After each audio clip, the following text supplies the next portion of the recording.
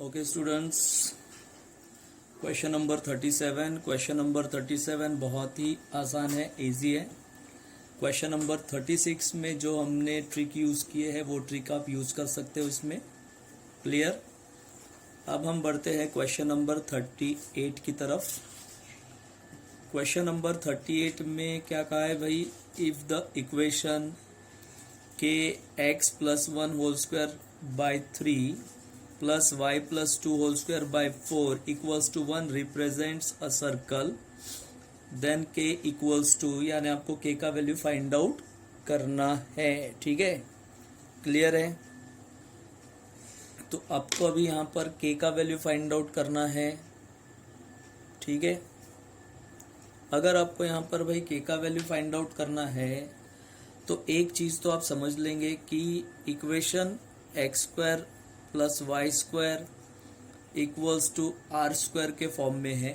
ठीक है, या जनरल इक्वेशन है x square plus y square plus 2gx plus 2fy plus c equals to 0 है ना।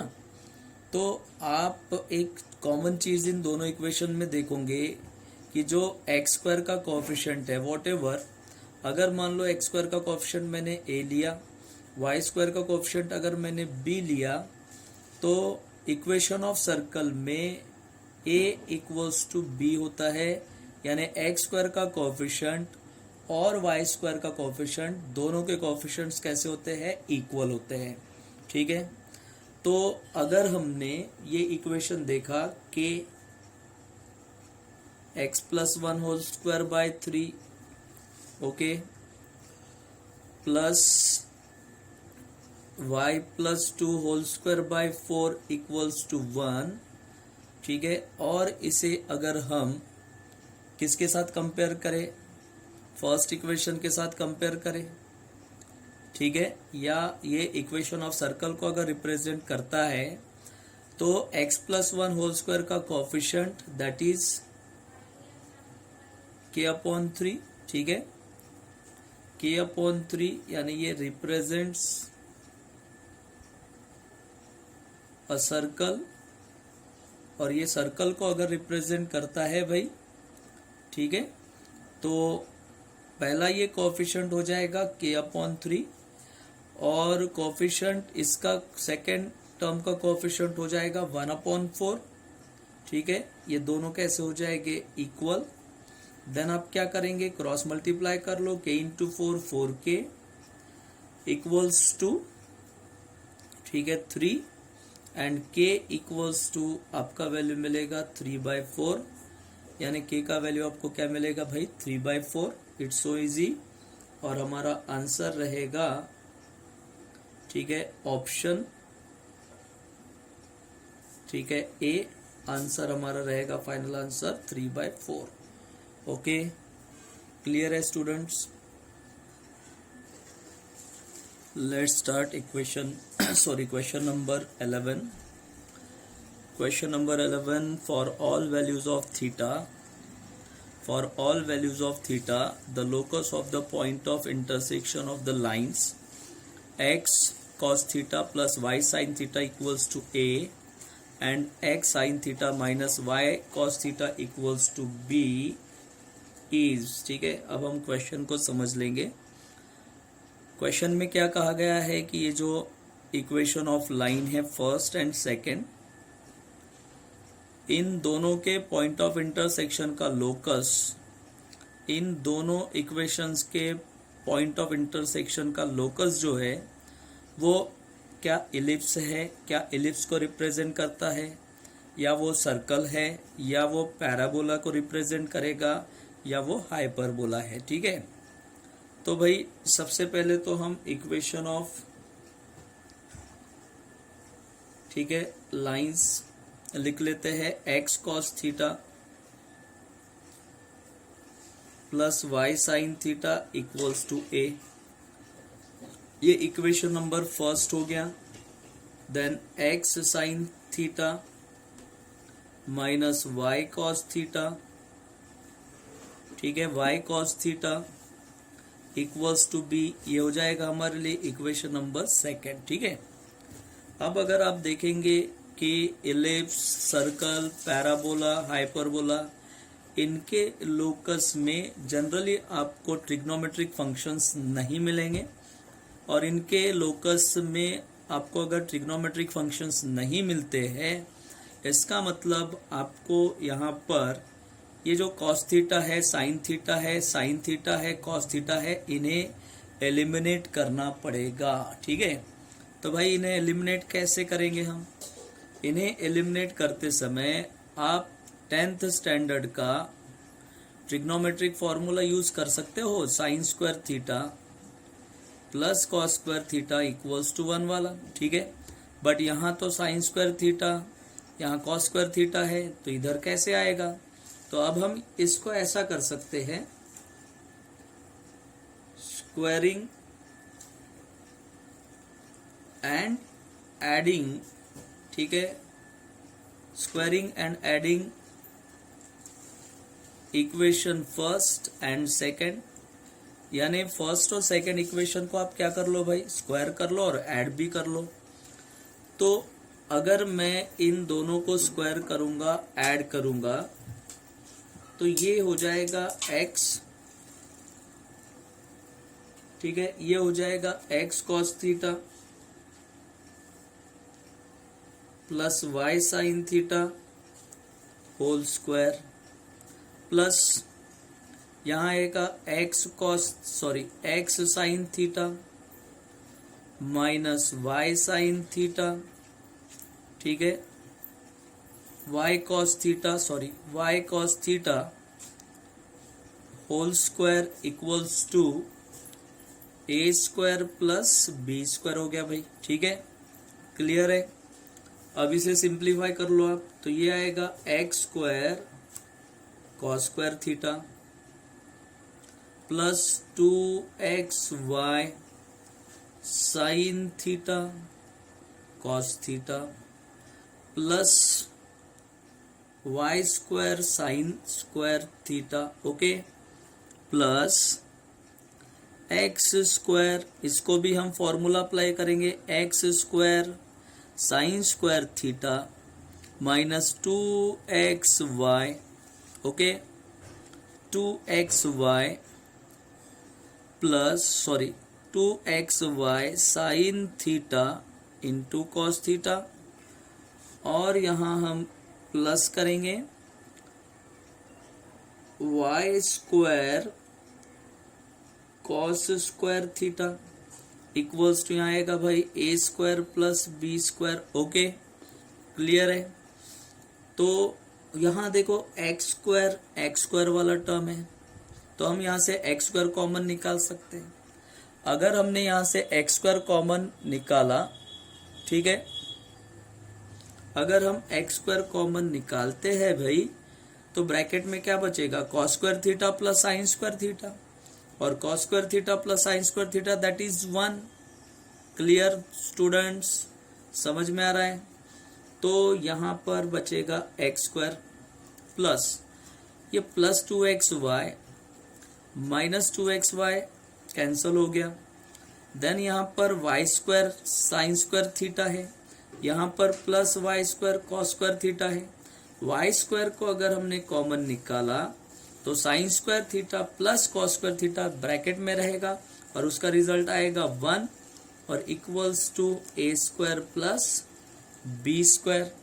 अब ये आप इक्वेशन देखो, ये इक्वेशन किसको रिप्रेजेंट करता है? तो भाई ये इक्वेशन किस टाइप का है? X square plus y square equals to r square के फॉर्म का है, और ये किसको रिप्रेजेंट करता है? सर्कल को। तो ऑब्वियसली ये इक्वेशन भी, ठीक है, ये जो लोकस है, ठीक है, इक्वेशन ऑफ लोकस है, ये भी सर्कल को ही रिप्रेजेंट करेगा, यानी हमारा आंसर रहेगा भाई, आंसर हमारा क्या आएगा? आंसर हमारा आएगा बी। ओके स्टूडेंट्स,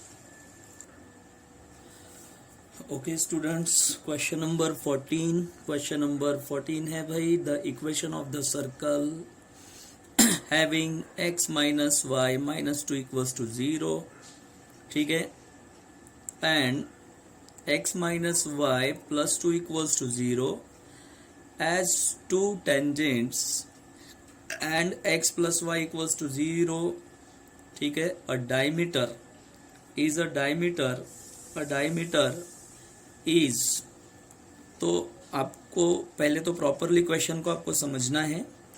उसने क्या कहा कि x minus y minus 2 equals to 0 और x minus y plus 2 equals to 0 ये इस सर्कल के टेंजेंट से है, ठीक है, सर्कल के टेंजेंट से है.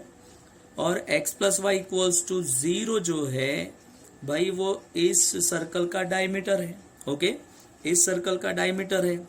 तो ऑब्वियसली अगर आपने दोनों इक्वेशंस को देखा, इक्वेशन नंबर फर्स्ट देख लो आप. Equation number first that is x minus y minus 2 equals to 0, ठीक है, and x minus y plus 2 equals to 0 represents parallel lines. Okay, देख लो ये पैरेलल लाइंस को रिप्रेजेंट कर रहे हैं दोनों इक्वेशंस, ठीक है. क्यों पैरेलल लाइंस को रिप्रेजेंट कर रहे हैं? क्योंकि हमने इससे पहले पेयर ऑफ स्ट्रेट लाइन में पढ़ा था कि पैरेलल लाइंस में x का कोएफिशिएंट और y का कोएफिशिएंट दोनों सेम होते हैं भाई. यानी दोनों पैरेलल लाइंस के इक्वेशंस में ये दोनों टर्म सेम रहेंगे. जैसे यहाँ x और x है, या माइनस वाई है, यानी यहाँ पर दोनों के कोएफिशिएंट सेम है. इसका मतलब लाइंस कैसे है? पैरेलल है. ओके, तो लाइंस अगर भाई पैरेलल है तो पैरेलल लाइंस तो भाई ऐसे होंगे. Okay, clear. तो हमने ये दोनों पैरेलल लाइंस ड्रॉ कर लिए. क्लियर है? दोनों पैरेलल लाइंस हमने ड्रॉ कर लिए, तो इस टाइप से वो दोनों पैरेलल लाइंस होंगे. क्लियर है बच्चों? ठीक है, तो ये दोनों पैरेलल लाइंस इस टाइप से होंगे. पहले लाइन का इक्वेशन रहेगा x minus y plus 2 equals to 0.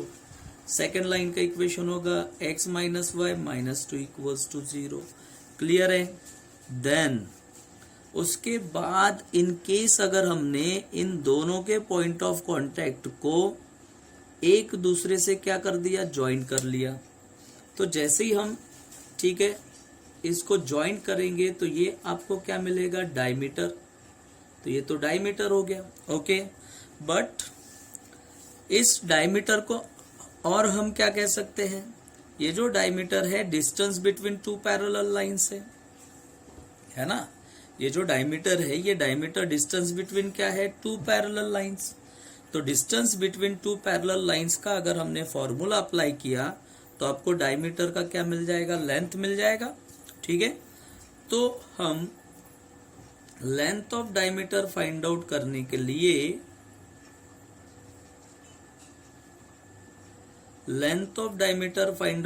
के लिए distance between two parallel lines वाला फॉर्मूला अप्लाई करेंगे. C1 माइनस C2, ठीक है, अपॉन में आएगा root of a square plus b square. Clear है? तो C1 minus C2 that is 2. C1 यानी ये 2 हो गया, ठीक है. C2 यानी ये माइनस 2 हो गया, तो ये 2 प्लस 2 हो जाएगा. और root of a square plus b square that is a और b के वैल्यूज दैट इज, ठीक है, रूट ऑफ 1 स्क्वायर तो 1 और माइनस 1 का स्क्वायर 1. तो ये मिलेगा भाई हमें, ठीक है, मॉड ऑफ 4, ठीक है, और ये आएगा रूट 2. अब हम रूट 2 को रैशनलाइज कर देंगे. अगर हमने रूट 2 को रैशनलाइज किया तो ये आपको क्या मिलेगा? 2 रूट 2 मिलेगा. अगर हम रूट 2 को रैशनलाइज कर दे तो हमें क्या मिलेगा भाई? ये 2 रूट 2 मिल जाएगा. क्लियर है? देन अब ये 2 रूट 2 हमने जो फाइंड आउट किया वो क्या है भैया? लेंथ ऑफ डायमीटर है. And therefore length of diameter यानी रेडियस आप फाइंड आउट कर सकते हो इसके बेसिस पर. तो हमने रेडियस फाइंड आउट करना है तो इसका हाफ हो जाएगा. तो रेडियस आपको मिलेगा ठीक है, √2 का। तो √2 यूनिट्स आपको रेडियस मिल गया। ओके, क्लियर है। देन अब आपको equation of circle find out करना है। तो आपको यहां पर रेडियस मिल गया √2 का, ठीक है, क्लियर। और हमें इक्वेशन ऑफ डायमीटर भी तो दिया हुआ है, तो हमें सेंटर के कोऑर्डिनेट्स फाइंड आउट करने पड़ेंगे अगर आपको equation of circle find out करना है तो। अब हम ये सेंटर के कोऑर्डिनेट्स कैसे फाइंड आउट करेंगे, ठीक है। चलो, ये पैरेलल लाइंस के बेसिस पर हमने रेडियस फाइंड आउट कर लिया, ठीक है। अब डायमीटर के बेसिस पर हम क्या करेंगे, सेंटर फाइंड आउट करते हैं, ठीक है। तो यहां पर centre, since center lies on the diameter, centre जो है वो डायमीटर पर है, x plus y equals to 0, that is x equals to -y। Clear है, यहां बराबर ध्यान देंगे आप बच्चों। अगर सेंटर डायमीटर पर है और डायमीटर का इक्वेशन दिया है x plus y equals to 0, तो x इक्वल्स टू -y होगा। अब x इक्वल्स टू -y इसका मतलब x कोऑर्डिनेट पॉजिटिव होगा तो y कोऑर्डिनेट नेगेटिव होगा भाई। x कोऑर्डिनेट पॉजिटिव होगा तो y कोऑर्डिनेट क्या हो जाएगा, नेगेटिव हो जाएगा। इसलिए हम लेट करेंगे, लेट, ठीक है, a, -a be the centre. तो a, -a हमने क्या ले लिया, सेंटर ले लिया भैया, ठीक है। अच्छा, a, -a अगर हमने सेंटर ले लिया तो फिर से हम देखेंगे, यहां पर हमने तो यहां पर सेंटर ले लिया a, -a, ठीक है। तो आप, ठीक है, सर्कल के सेंटर से देखो, टेंजेंट और सर्कल का रेडियस जो है ये दोनों एक दूसरे पर परपेंडिकुलर होते हैं। तो हम परपेंडिकुलर डिस्टेंस वाला फॉर्मूला अप्लाई कर सकते हैं, क्योंकि रेडियस दिया है आपको कितने का, √2 का। रेडियस कितने का है भाई, √2 का रेडियस है, ठीक है। रेडियस आपको दिया है √2 का, तो आप यहां पर परपेंडिकुलर डिस्टेंस वाला फॉर्मूला अप्लाई करेंगे, यानी perpendicular distance equals to radius, ठीक है। तो perpendicular distance equals to radius,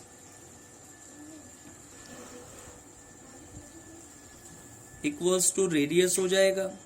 अब परपेंडिकुलर डिस्टेंस देख लो, परपेंडिकुलर डिस्टेंस का फॉर्मूला होता है, आपको पता होना चाहिए, ax1 plus by1 plus c upon √a² plus b², okay.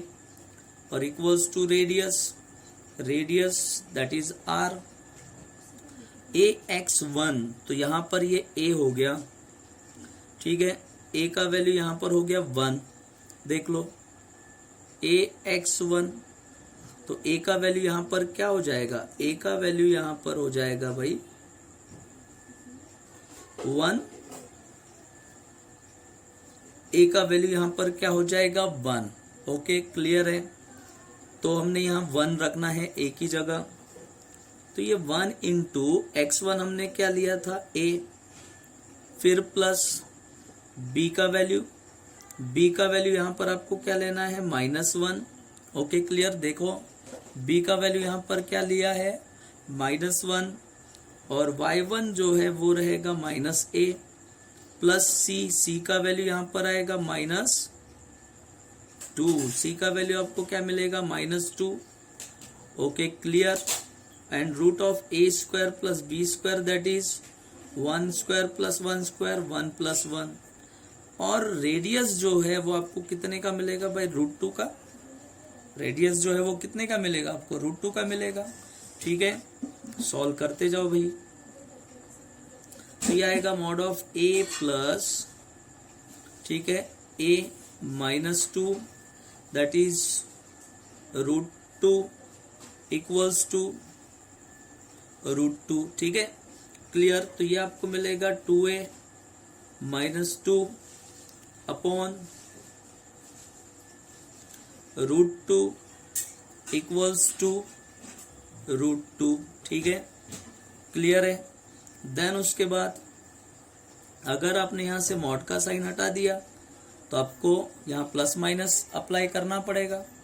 तो ये आपको मिलेगा 2a minus 2 that is √2 into √2, तो ये आपको मिलेगा +-2। क्लियर है। अब आप इसको एक बार प्लस के साथ लिखेंगे, 2a minus 2 which is equals to 2 and therefore 2a equals to 4 and a equals to 2। Clear. तो a equals to आपको 2 मिल गया और a equals to 2 अगर आपको मिला तो भाई आपको सेंटर मिल जाएगा। ठीक है, सेंटर आपको क्या मिलेगा बोलो? सेंटर जो है आपको मिलेगा a, -a। ठीक है।